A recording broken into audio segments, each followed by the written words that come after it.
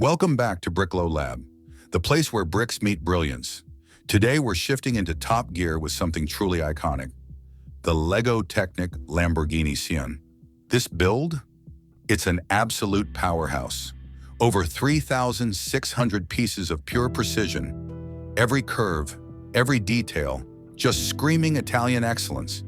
If this thing had an engine, I'd already be booking track days. But here's the thing. When you build something this stunning, you can't just stick it on a shelf like yesterday's shopping. No.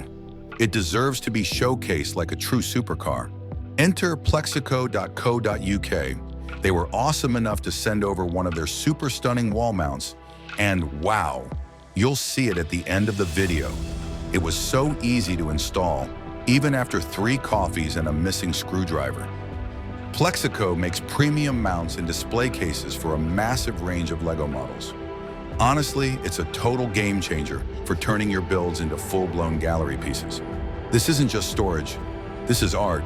Go check them out. Links down in the description. Your builds deserve to be displayed like the masterpieces they are. All right, here we go. Always feels a bit like opening a treasure chest, doesn't it? Except instead of gold doubloons, we get 3,600 pieces of ABS plastic. First things first, just look at this box.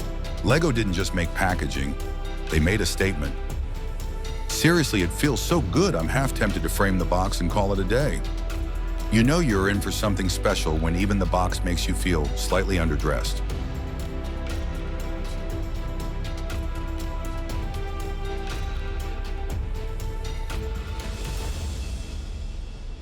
And look at this. LEGO didn't just throw a bunch of bags in here. No, they designed the inside like the engine bay of the real Sián. You've got this sleek, angular layout, almost like you're lifting the cover to reveal a hybrid V12 masterpiece underneath. It's pure Lamborghini DNA, even before you touch a single brick.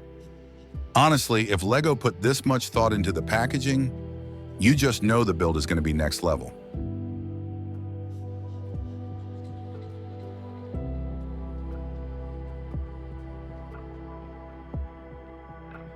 Now on to the manuals, and just like everything else in this set, LEGO didn't just throw some steps into a booklet and call it a day. You actually get 2 full manuals, and when you line them up, boom, they join together to reveal a gorgeous image of the completed Sián. It's little touches like this that remind you, this isn't just a toy, it's an experience, a celebration of automotive engineering, brick by glorious brick. It's super well laid out too. Clear illustrations, logical build sections, and honestly, it reads like something you'd find in a luxury showroom rather than a toy box. All right, enough admiring the box. Let's crack open box number 1 and get this beast started.